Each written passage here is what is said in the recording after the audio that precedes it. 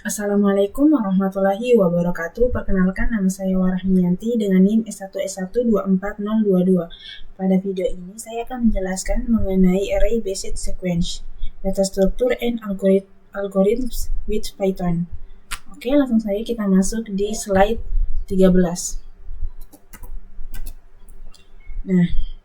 Nah, di dalam slide 13 ini terdapat runtime of a series of append operations on a dynamic array. Nah, di sini juga terdapat codingannya. Langsung saja kita praktekkan di VS Code.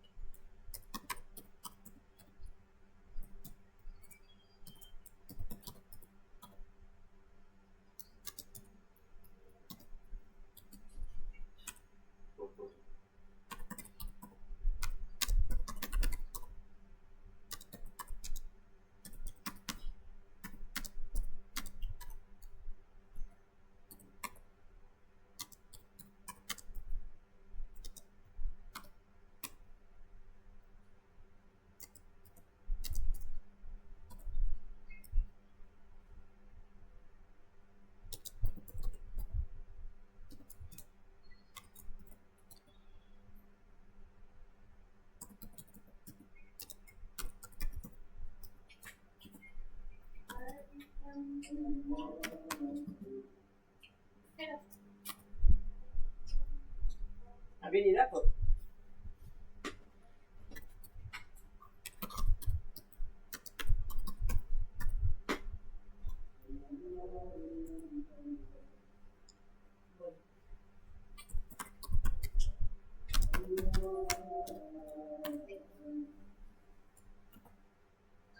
Ya.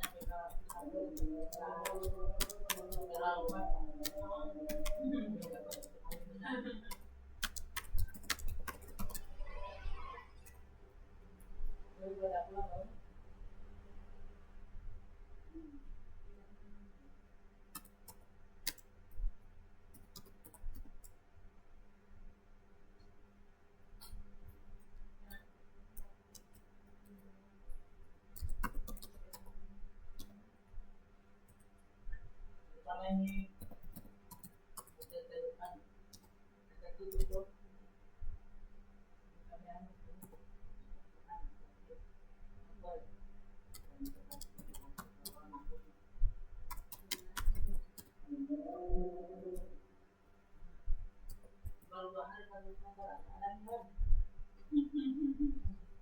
Kayak itu dari keluar dari dalam.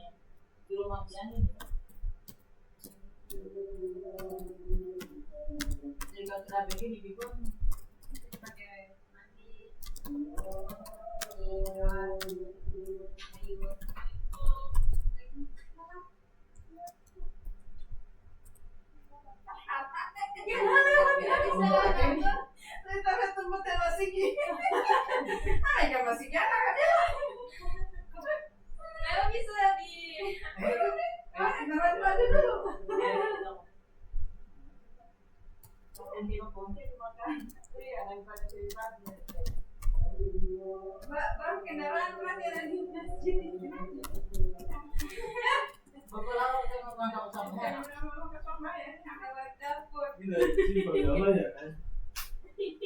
Di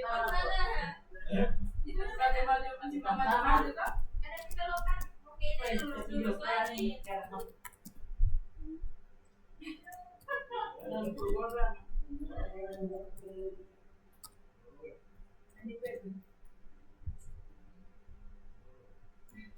Lorong, di situ lorongnya. Lagi maju lagi bawahnya.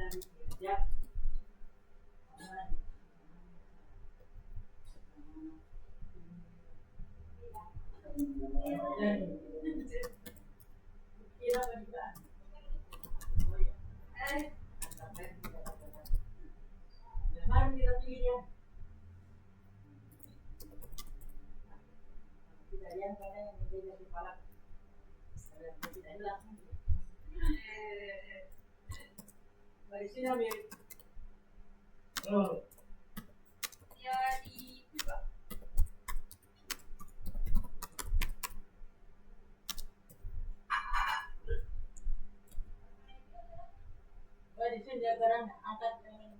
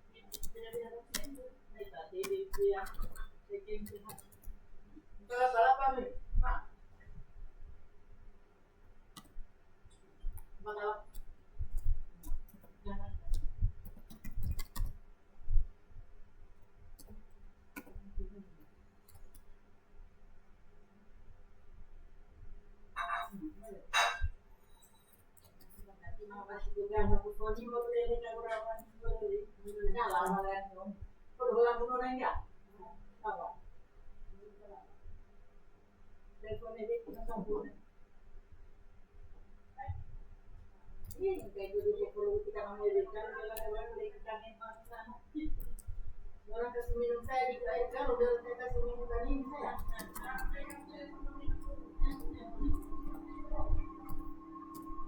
Ini baru ini siapa ini udah dia aku dia. Jika ini bakal tahu.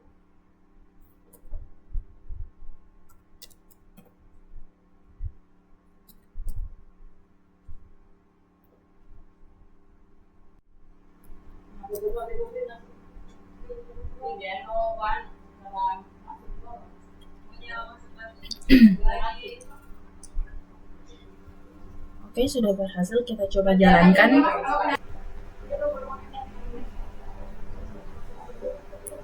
Nah, di sini hasilnya adalah 1, 2, dan 7. Sama hasilnya seperti yang ada di PPT. Nah, jadi dalam codingan ini itu merupakan implementasi sederhana dari dynamic array seperti list pada Python. Kelas dynamic array digunakan untuk menyimpan data dalam array yang kapasitasnya dapat bertambah otomatis ketika penuh. Metode append berfungsi menambahkan elemen baru, sedangkan resize digunakan untuk memperbesar kapasitas array menjadi 2 kali lipat saat kapasitas sudah tidak cukup. Nah, sedangkan pada akhir program angka 1, 2, dan 7 ini seperti yang ini dimasukkan ke array lalu ditampilkan menggunakan print. Oke, selanjutnya masuk di analisis amortisasi. Jadi analisis amortisasi itu amortisasi itu mengacu pada penentuan rata-rata waktu eksekusi untuk suatu rangkaian operasi. Lalu yang kedua, analisis ini berbeda dari analisis kasus rata-rata (average cash analysis) karena tidak membuat asumsi apapun mengenai distribusi nilai data. Yang ketiga, analisis amortisasi merupakan analisis kasus terbentuk worst case analysis untuk serangkaian operasi, bukan untuk operasi individual. Yang keempat, tujuan dari analisis amortisasi adalah untuk lebih memahami waktu eksekusi dari teknik-teknik tertentu, di mana analisis kasus terburuk standar memberikan batas yang terlalu pesimis. Nah, selanjutnya itu analisis yang kelima, analisis amortisasi umumnya diterapkan pada metode yang terdiri dari serangkaian operasi, di mana sebagian besar operasinya murah, tetapi beberapa operasi lainnya mahal. Jika dapat dibuktikan bahwa operasi mahal jarang terjadi, maka biaya operasi mahal tersebut dapat diratakan ke operasi-operasi murah, sehingga hanya operasi murah yang perlu dibatasi. Yang keenam, memberikan biaya buatan atau artificial cost pada setiap operasi dalam rangkaian, sehingga total biaya buatan dari seluruh operasi dapat membatasi total biaya sebenarnya dari rangkaian operasi tersebut. Yang ketujuh, biaya buatan ini disebut sebagai biaya amortisasi atau amortized cost dari suatu operasi. Nah, selanjutnya masuk di analisis amortisasi pada array dinamis. Nah, yang pertama, anggap komputer sebagai perangkat yang bekerja dengan sistem koin yang membutuhkan pembayaran sebesar $1 untuk sejumlah waktu komputasi yang konstan. Ketika sebuah operasi dijalankan, harus tersedia cukup $1 di rekening saat ini untuk membayar waktu eksekusi operasi tersebut. Yang ketiga, dengan demikian, total $1 yang digunakan untuk suatu komputasi akan sebanding dengan total waktu yang dihabiskan untuk komputasi tersebut. Yang terakhir, kita dapat membebankan biaya lebih pada beberapa operasi untuk menyimpan $1 yang nantinya digunakan untuk membayar operasi lainnya.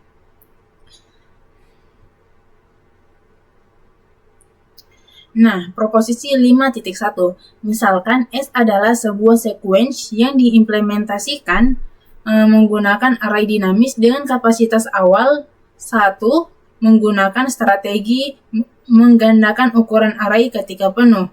Total waktu untuk melakukan serangkaian operasi append pada S dimulai dari S0 adalah big O(n). Nah, penjelasannya yang satu, misalkan setiap operasi append pada S membutuhkan biaya $1, tidak termasuk waktu yang digunakan untuk memperbesar array. Yang kedua, misalkan proses memperbesar array dari ukuran K menjadi ukuran membutuhkan K $1. Yang ketiga, kita membebankan sebesar $3 untuk setiap operasi append yang tidak menyebabkan overflow. Yang keempat, terdapat keuntungan sebesar $2 untuk setiap penyisipan yang tidak memperbesar array, dan keuntungan tersebut disimpan pada sel tempat elemen dimasukkan. Yang kelima, overflow array terjadi ketika S memiliki 2 pangkat I, yaitu I lebih besar sama dengan 0 elemen. Nah, yang keenam, menggandakan ukuran array akan membutuhkan 2 pangkat I $1. Yang ketujuh, $1 tersebut disimpan pada sel 2 pangkat I kurang 1 dan 2 pangkat I lalu dikurang 1. Nah, lalu yang ke-8, ini merupakan skema amortisasi yang valid, di mana setiap operasi dibebankan biaya $3 dan seluruh waktu komputasi dapat terbayar. Oleh karena itu, untuk N, operasi append dibutuhkan $3N. Nah, lalu waktu eksekusi amortisasi pada setiap operasi append adalah big O(1). Lalu, dengan demikian, total waktu eksekusi untuk N operasi append adalah big O(n).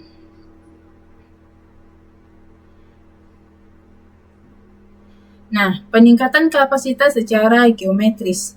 Nah, batas amortisasi Big O1 untuk setiap operasi dapat dibuktikan pada setiap perkembangan ukuran array yang meningkat secara geometris. Waspada barisan aritmatika. Menyediakan sejumlah sel tambahan yang konstan saat melakukan resize array dapat menyebabkan performa yang buruk. Yang kedua, dalam kasus ekstrim, menambahkan satu sel pada setiap operasi append akan menghasilkan total biaya kuadratik, yaitu 1 tambah 2 tambah titik-titik tambah n. Lalu yang menambahkan 2 atau 3 sel setiap kali memang sedikit lebih baik, tetapi tetap menghasilkan total biaya kuadratik. Lalu menggunakan penambahan tetap pada setiap resize, yaitu perkembangan ukuran array secara aritmetika, menghasilkan total waktu yang bersifat kuadratik terhadap jumlah operasi. Nah, di sini ada dua elemen.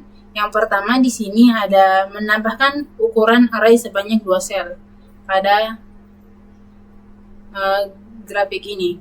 Lalu yang ini itu menambahkan ukuran array sebanyak 3 sel pada gambar bagian B. Kita lanjut. Nah, mana ini? Masuk di proposisi 5.2. Melakukan serangkaian n operasi append pada array dinamis yang awalnya kosong dengan menggunakan penambahan kapasitas tetap. Setiap kali resize membutuhkan waktu omega n pangkat 2. Nah, untuk penjelasannya, misalkan menyatakan penambahan kapasitas tetap yang digunakan pada setiap proses resize. Yang kedua, untuk serangkaian n operasi append akan terdapat operasi resize yang membutuhkan waktu, jumlah operasi. Yang terakhir, total waktu keseluruhan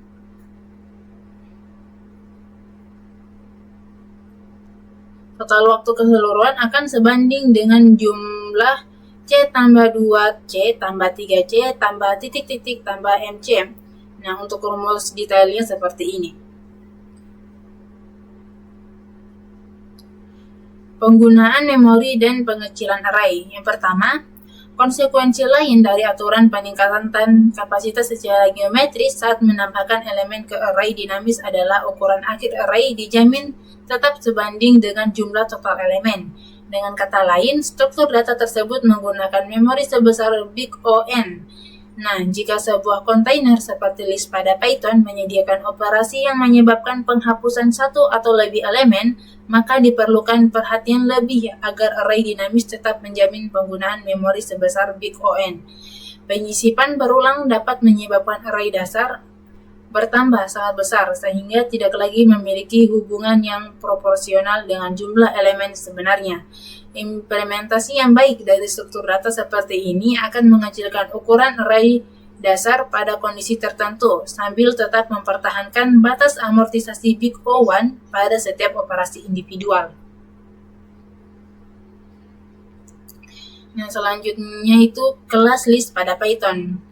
Ya, pertama ada implementasi metode append pada Python menunjukkan perilaku waktu konstan secara amortisasi. Yang kedua, seperti yang dapat kita lihat, waktu amortisasi untuk setiap operasi append tidak bergantung pada nilai n. Nah, di sini ada contoh codingannya, langsung kita coba praktekkan di VS Code.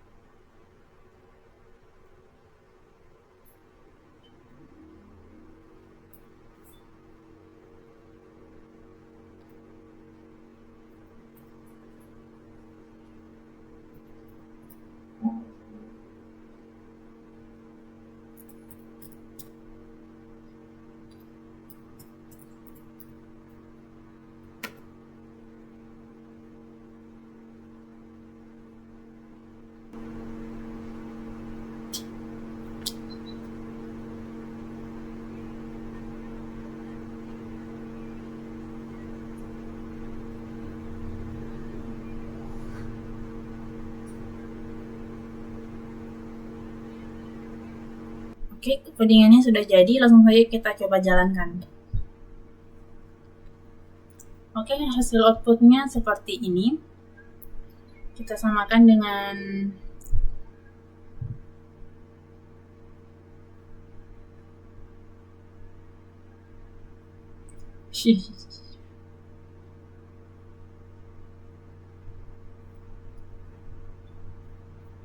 satu, dua, tiga.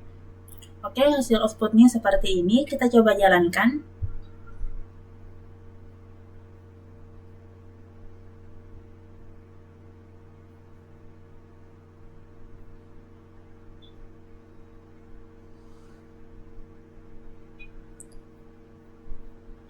Nah, hasilnya outputnya sudah sama. Jadi di dalam codingan ini itu dia itu digunakan untuk mengukur rata-rata waktu yang dibutuhkan operasi append pada list Python. Nah, sedangkan untuk fungsi compute average ini, yang ini, pada yang ini, dia itu digunakan untuk menambahkan elemen non sebanyak n kali ke dalam list kosong, lalu menghitung waktu rata-rata setiap operasi penambahan data. Semakin besar nilai n, program akan menunjukkan bahwa operasi append pada Python tetap sangat cepat karena menggunakan konsep dynamic array dengan amortized constant time. Oke, lanjut. Nah, selanjutnya efisiensi tipe sequence pada Python. Tuple umumnya lebih efisien dalam penggunaan memori dibandingkan list karena bersifat immutable, tidak dapat diubah. Nah, kelas tuple mengimplementasikan perilaku list yang tidak dapat dimodifikasi atau non-mutating behavior. Nah, yang ketiga, operasi dengan waktu konstan. Nah, len dalam kurung data dan data j. Dan yang keempat, pencarian kemunculan suatu nilai. Menghitung jumlah count memerlukan perulangan terhadap seluruh elemen dengan array. Perulangan untuk memeriksa keberadaan elemen, containment, atau menentukan indeks suatu elemen akan langsung berhenti setelah menemukan kemunculan paling kiri dari nilai yang dicari. Perbandingan leksikografis atau lexicographic comparisons. Pada kasus terburuk, evaluasi memerlukan waktu iterasi yang sebanding dengan panjang sequence yang lebih pendek dari suatu sequence yang dibandingkan. Yang terakhir, membuat instance baru. 3 operasi terakhir, waktu eksekusinya bergantung pada panjang ukuran array baru yang akan dibuat. Nah, pada tabel ini itu performa asimiotik dari perilaku non-mutasi pada kelas list dan tuple. Selanjutnya, mutating behaviors atau perilaku mutasib. Yang pertama, metode setitem membutuhkan waktu konstan. Yang kedua, menambahkan elemen ke dalam list, menghapus elemen dari list. Yang keempat, memperluas list atau extending a list. Yang terakhir, membuat list baru, construction new list. Nah, di sini terdapat tabel yaitu performa asimiotik dari perilaku mutasi pada kelas list. Selanjutnya, adding element to a list atau menambahkan elemen ke dalam list. Insert value insert value null seperti ini, yaitu membutuhkan pergeseran semua elemen berikutnya mundur 1 slot untuk memberi ruang. Nah, perubahan ukuran array dengan waktu proses terburuk omega n, tapi hanya waktu amortasi big O1 per operasi. Lalu pergeseran elemen untuk memberi ruang bagi item baru dengan performa amortasi big O n kurang K tambah 1 untuk menyisipkan pada indeks. Di sini ada contoh codingannya, bisa langsung dilihat di sini. Lalu yang ke slide 27. yaitu menganalisis performa waktu eksekusi dari operasi insert pada Python. Yang pertama, penyisipan di awal list adalah yang paling mahal karena membutuhkan waktu linear untuk setiap operasi. Yang kedua, penyisipan di tengah list membutuhkan sekitar setengah waktu dibandingkan penyisipan di awal, tetapi tetap memiliki kompleksitas waktu omega n time. Nah, yang ketiga, penyisipan di akhir list menunjukkan perilaku big O1. Nah, di sini ada tabel juga. Di sini rata-rata waktu eksekusi insert val diukur dalam mikrodetik pada serangkaian n pemanggilan fungsi.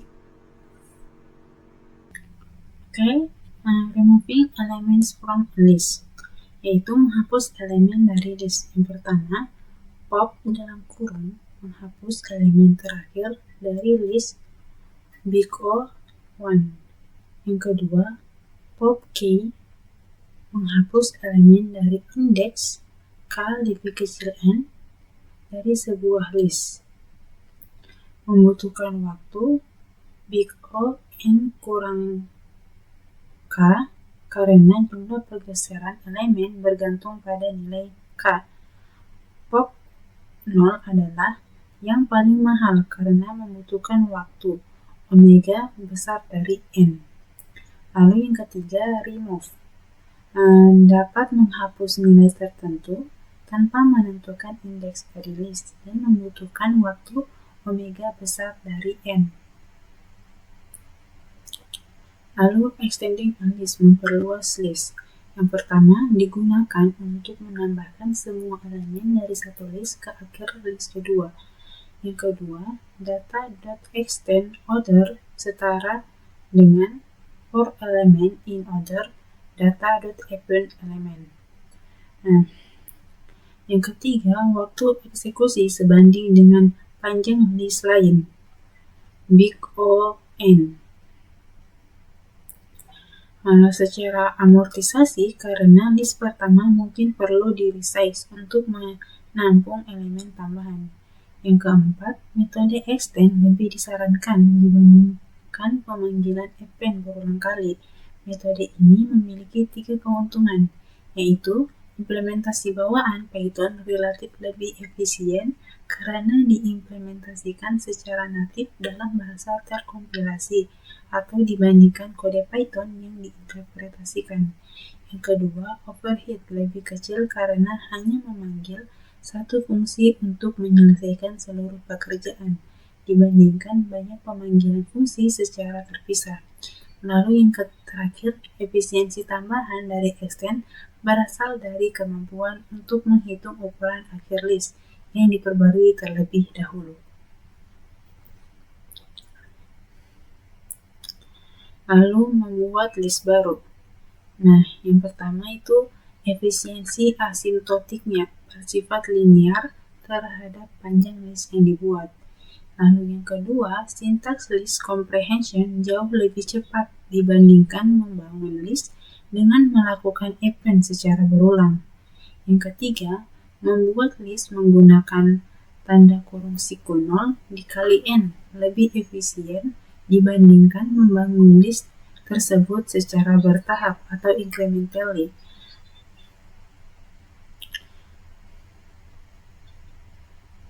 Nah, selanjutnya kelas string pada Python. Beberapa notasinya itu yang pertama, panjang sebuah string yaitu n, sedangkan panjang string kedua yaitu m. Nah, beberapa perilaku umum. Yang pertama, metode menghasilkan string baru. Misalnya, capital dalam kurung, center, dan strip. Membutuhkan waktu yang linear terhadap panjang string yang dihasilkan. Nah, perilaku yang menguji kondisi boolean pada string, misalnya iso_lawal, membutuhkan waktu big O n. Karena pada kasus terburuk harus memeriksa seluruh n karakter. Pencocokan pola atau pattern matching, menemukan sebuah string di dalam string yang lebih besar. Contoh, contains, find, index, count, replace, split. Nah, yang lalu implementasi naif akan menghasilkan kompleksitas waktu 0 dalam kurung mn. Hal ini karena terdapat n kurang m ditambah 1 indeks awal yang mungkin untuk pola tersebut, dan pada setiap pola dan pada setiap posisi awal diperlukan waktu big O m untuk memeriksa apakah pola cocok. Nah, menyusun string atau composing string. Yang pertama, membuat string baru dari string lain. Contohnya, kita memiliki string besar nama dokumen. Tujuannya adalah membuat string baru letters yang hanya berisi karakter alfabet dari string asli. Jangan menghapus spasi, angka, dan tanda baca. Nah, di sini ada implementasi 1. Bisa dilihat contoh codingan dari implementasi di sini. Letters sama dengan for c in dokumen. If c.is alpha, letters plus sama dengan c. Nah, selanjutnya di sini ada implementasi yang kedua. Nah, dan juga ada implementasi ketiga. Contoh codingan singkatnya. Dan yang terakhir adalah implementasi keempat, yaitu menghindari penggunaan list sementara sepenuhnya. Masuk di slide 34, menggunakan sequence berbasis array. Ya, kita akan mempelajari 3 contoh berikut. Yang pertama, menyimpan skor tertinggi untuk sebuah permainan. Yang kedua, mengurutkan sebuah sequence. Yang ketiga, kriptografi sederhana. Nah, di sini Anda menyimpan skor tertinggi untuk sebuah permainan. Nah, tujuannya adalah menyimpan data skor tertinggi untuk sebuah video game. Yang kedua, setiap entry permainan memiliki nama dan skor. Kelas yang sesuai adalah game entry. Untuk mempertahankan urutan skor tertinggi, dibuat kelas lain bernama scoreboard. Yang keempat, scoreboard dapat memiliki jumlah entry yang terbatas. Sebuah skor baru hanya dapat masuk ke scoreboard jika nilainya lebih tinggi secara mutlak dibandingkan skor terendah yang ada di papan skor. Ketika entry baru ditambahkan ke scoreboard, elemen-elemen akan digeser ke kanan untuk menyediakan ruang yang sesuai bagi skor baru tersebut. Nah, di sini terdapat banyak contoh codingan yang terdiri dari banyak baris sampai 71 baris. Nah, untuk codingan ini outputnya adalah entries on the scoreboard. Nah, di sini menggunakan metode scoreboard seperti penjelasan yang di atas, contoh codingan penjelasan slide sebelumnya. Nah, di sini ada mengurutkan sebuah sequence. Nah, tujuannya adalah mengurutkan sequence elemen yang tidak terurut menjadi urutan tidak menurun, non-descending order, berdasarkan nilainya. Nah, algoritma insertion sort. Yang pertama, dimulai dari elemen pertama dalam array. Satu elemen dengan sendirinya sudah dianggap terurut. Yang kedua, perhatikan elemen kedua. Jika nilainya lebih kecil dari elemen pertama, maka keduanya ditukar. Nah, yang ketiga, perhatikan elemen ketiga.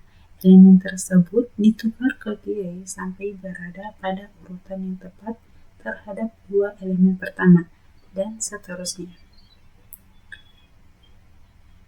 Di sini ada lagi contohnya, penjelasannya. Nah, di slide 38.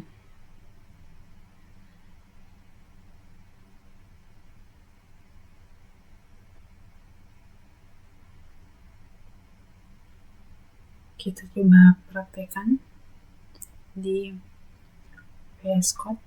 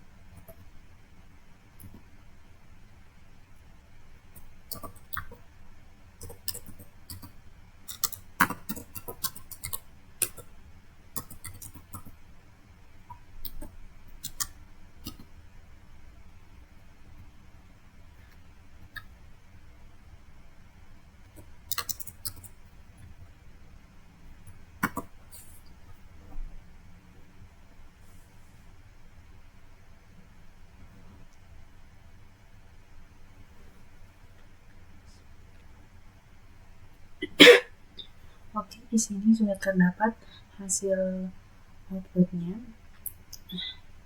Jadi di dalam kode ini itu menggunakan algoritma insertion sort. Nah ini.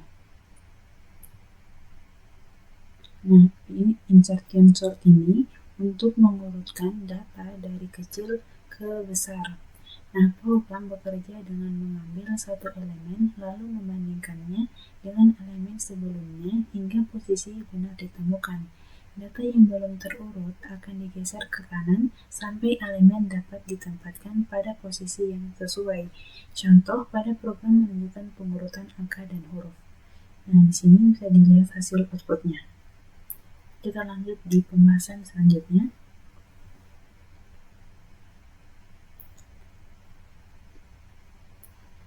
Masuk di simple cryptography atau kriptografi sederhana. Nah, yang satu, Kaiser Cipher, melibatkan penggantian setiap huruf dalam sebuah pesan dengan huruf yang berada beberapa posisi setelahnya dalam alfabet. Yang kedua, aturan penggantian tersebut dapat dipresentasikan menggunakan string lain. Nah, di sini bisa dilihat garis panah ini. Nah, jadi di gambar ini tuh mengilustrasikan mekanisme kerja dari sebuah encoder array yang digunakan untuk melakukan enkripsi karakter menggunakan metode pergeseran atau substitusi. Dalam diagram ini, sebuah array bersifat alfabet yang telah diacak posisinya, di mana setiap kotak memiliki indeks numerik mulai dari 0 hingga 25. Proses enkripsi dimulai dengan menentukan indeks dari huruf yang ingin diubah. Sebagai contoh, untuk mencari pengganti huruf T ini, huruf T. Nah, sistem menghitung jarak relatifnya dalam standar Unicode dengan rumus ORD T dikurang ORD A. Nah, di mana ORD T-nya dimasukkan yaitu 84 dan ORD A-nya itu 65, didapatkan hasilnya itu 19, yaitu pada kode array-nya itu di W.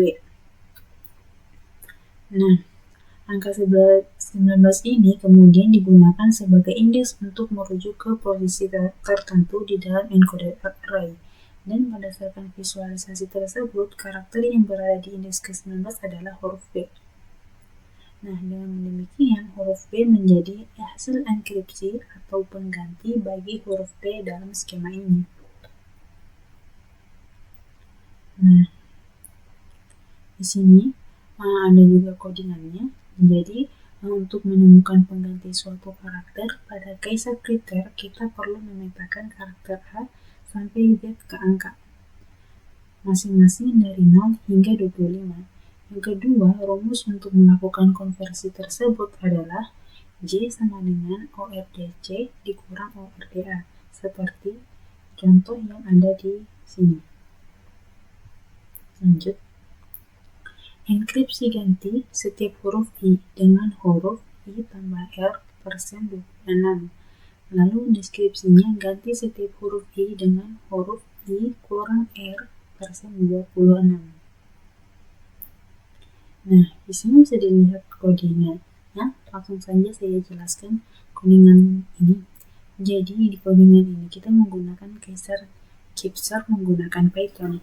Kaiser Cipher digunakan untuk melakukan proses enkripsi dan dekripsi pesan dengan metode pergeseran huruf. Pada contoh ini digunakan pergeseran 3, sehingga setiap huruf akan diganti dengan huruf yang berada 3 posisi setelah di alfabet. Metode encrypt digunakan untuk menyandikan pesan, sedangkan decrypt dalam kurung digunakan untuk pengembalian pesan ke bentuk aslinya. Program kemudian menampilkan hasil pesan rahasia dari hasil deskripsinya.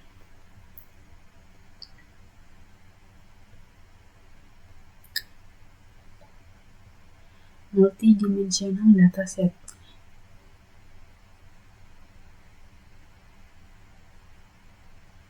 Nah, jadi itu have more than one dimension. A two-dimensional list may be called a matrix. Lalu contohnya itu graphical information may be naturally represented in two dimensions. Lalu yang kedua is data obtained from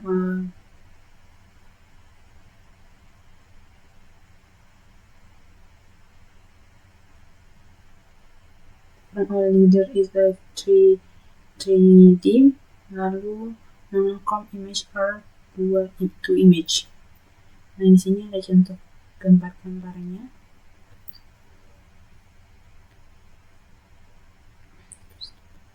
Langsung di slide 42. Jadi membuat list multidimensi. Yang pertama, menginisialisasi list satu dimensi dengan cepat. Data dalam kurung siku 0 dikali n. Yang kedua, menginisialisasi list multidimensi. Nah, di sini ada contoh kode-kodenya. Nah, masuk di slide 43. Implementasi yang benar untuk menginisialisasi list dua dimensi. Nah, data sama dengan kurung siku, lalu kurung siku 0 dikali c for j in range r dibalas kurung siku. Jadi hal ini memastikan bahwa setiap sel pada list utama merepresentasikan instansi list sekunder yang paling independen. Nah, di sini ada lagi contoh codingannya, bisa dilihat aja di sini. Dan ini hasil outputnya. Ini semacam game.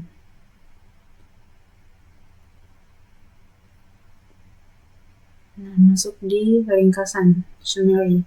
Jadi dalam perkuliahan ini kita mempelajari hal-hal yang pertama, cara kerja array tingkat rendah low level array, inisialisasi, mengakses elemen dan sebagainya. Yang kedua, array referensial dan array compact. Yang ketiga, membuat dan mengelola array dinamis, lalu memahami sequence berbasis array pada Python seperti list, tuple, dan string, lalu menganalisis kompleksitas waktu eksekusi dalam pengelolaan sequence berbasis array tersebut, lalu beberapa penerapan sequence berbasis array yang terakhir membuat array multidimensi. Baik, sekian dari saya. Wassalamualaikum warahmatullahi wabarakatuh.